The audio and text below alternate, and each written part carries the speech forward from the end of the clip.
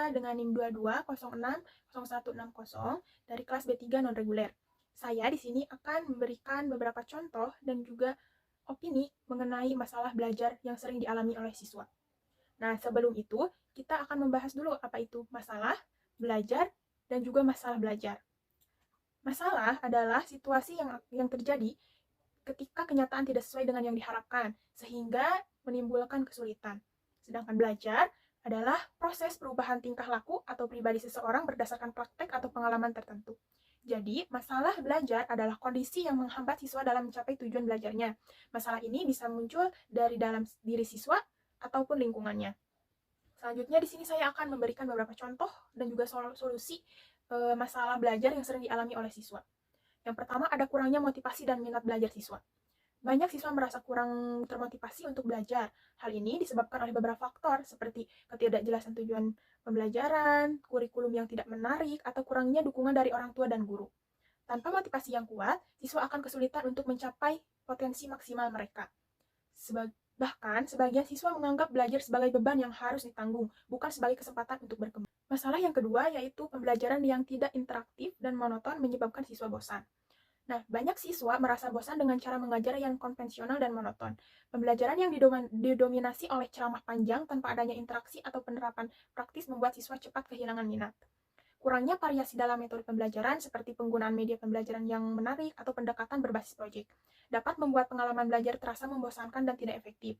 Nah, solusi dari kedua masalah tersebut adalah guru harus membuat suasana pembelajaran yang inovatif agar menyenangkan, seperti misalnya menggunakan media pembelajaran yang menarik dan pendekatan pembelajaran yang interaktif.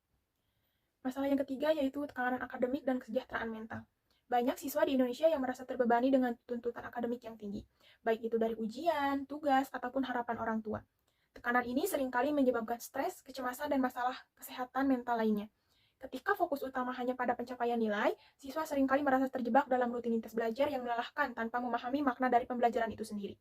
Orang tua memiliki peran penting dalam mengurangi tekanan akademik. Alih-alih memberi fokus pada pencapaian nilai yang sempurna, solusinya orang tua dapat mendorong anak untuk lebih menikmati proses belajar, menghargai usaha mereka, dan memperlihatkan apresiasi terhadap pencapaian akademik.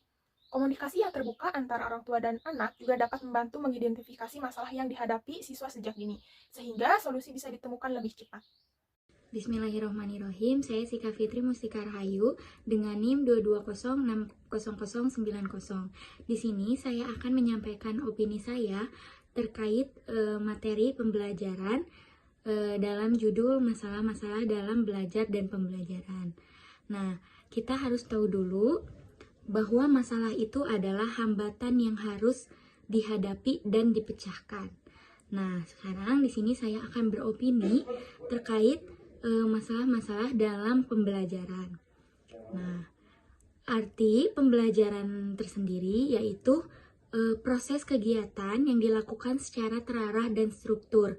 Contohnya seperti kita berada di dalam ruang kelas, ada siswa dan juga ada guru.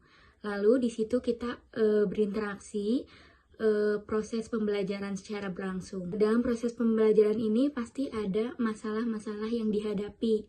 Nah, yang pertama itu, poin pertama, kurangnya kualitas pengajaran.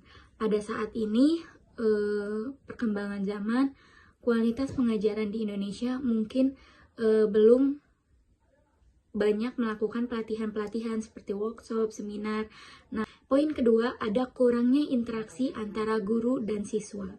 Nah, di mana dalam proses pembelajaran itu harus secara baik, interaksi itu berjalan antara guru dan siswa. Jika tidak berinteraksi, maka proses pembelajaran itu tidak akan berjalan secara efektif. Karena seperti definisi tadi, bahwa pembelajaran itu adalah proses kegiatan antara guru dan siswa, istilahnya seperti itu. Lalu poin ketiga, ada kurikulum yang tidak relevan. Nah, pada perkembangan zaman saat ini, masih banyak gitu kurikulum yang tidak relevan bagi kebutuhan peserta didik. Nah, jadi kita sebagaimana guru harus bisa mengikuti perkembangan zaman itu, mau tidak mau. Nah, lalu yang keempat ada metode pembelajaran yang tidak efektif. Nah, metode pembelajaran yang tidak efektif ini membuat siswa merasa bosan, tidak bersemangat dalam proses pembelajaran. Nah, dari masalah-masalah yang timbul dalam proses pembelajaran, kita juga harus mempunyai solusi. Nah, solusi tersebut yang pertama, kita bisa mengikuti pelatihan guru seperti workshop, seminar, agar pengetahuan kita menjadi bertambah.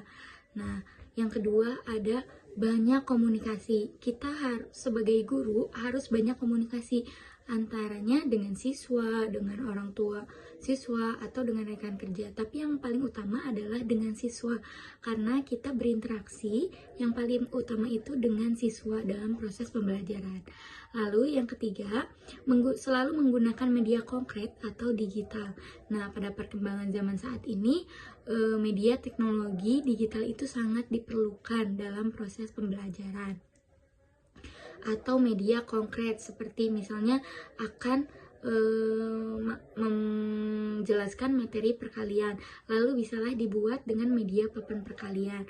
Jadi anak-anak langsung bisa mengaplikasikannya, bisa mencontohkannya langsung seperti itu. Yang terakhir ada menggunakan metode pembelajaran aktif dan interaktif, di mana guru harus bisa memilih metode dan media sesuai dengan karakteristik peserta didik. Nah, kita harus memilih metode dan pengajaran yang membuat siswa menjadi aktif dan interaktif. Contohnya seperti berbasis games atau bisa juga dengan media-media yang lainnya. Itu saja mungkin opini yang bisa saya sampaikan. Mohon maaf jika masih banyak kekurangan. Wassalamualaikum warahmatullahi wabarakatuh.